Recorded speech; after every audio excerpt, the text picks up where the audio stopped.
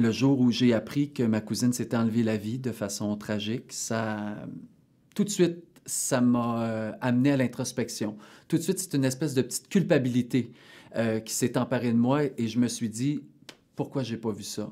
Je le sentais qu'elle était malheureuse, je sentais que c'était une fille différente, mais avec le petit bébé qui venait de naître, je me disais, ah, elle doit être dans une autre passe là, maintenant, le soleil s'en vient dans sa vie. Et c'était pas ça, elle était malheureuse et j'ai pas su le déceler.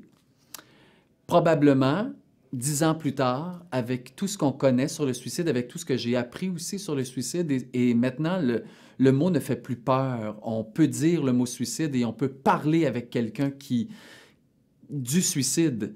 Et même aujourd'hui, si ma cousine est en face de moi et que je la voyais dans l'état dans lequel elle était, probablement que je serais capable de lui dire, est-ce que tu souffres trop pour t'enlever la vie?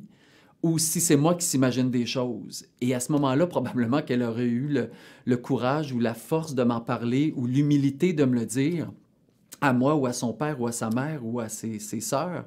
Et ça aurait probablement enlevé déjà cette première couche-là qui doit venir du fait qu'on n'est pas entendu, que personne ne peut déceler la souffrance qu'on a à l'intérieur de nous.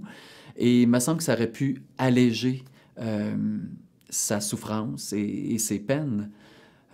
Aujourd'hui, je sais qu'on ne se suicide pas parce qu'on veut mourir, mais parce qu'on veut tout simplement arrêter de souffrir. Et quand j'ai appris ça, quand on m'a dit ça, tout de suite, je me suis dit, ah, il y a une possibilité de sauver les gens qui pensent au suicide. Et je pense que c'est le support, c'est l'action concrète, c'est d'être auprès de la personne, c'est de l'écouter, c'est d'être avec elle au quotidien et c'est de ne pas avoir peur d'en parler. Et quand on parle de Marie-Claude aujourd'hui, dans notre famille, c'était le 1er janvier, il n'y a pas tellement longtemps, on a parlé d'elle encore. Et c'est toujours avec beaucoup de larmes, de tristesse, de malaise même, que son nom flotte et plane dans la famille. Mais moi, on dirait que je me fais un devoir d'en parler, justement pour que ceux qui restent, qui ont eu tellement de peine et qui se sont sentis tellement coupables, puissent eux aussi, à leur tour, se libérer de ça et qu'on puisse en parler.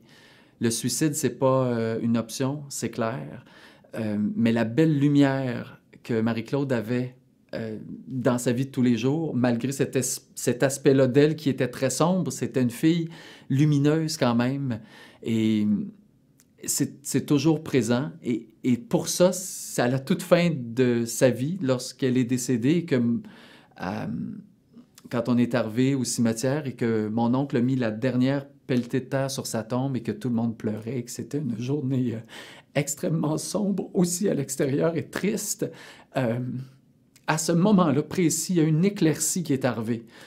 Et qu'on y croit ou non, ça nous a complètement figés. Et j'ai l'image de mon père, de mon oncle qui est tombé à terre, à genoux, paralysé.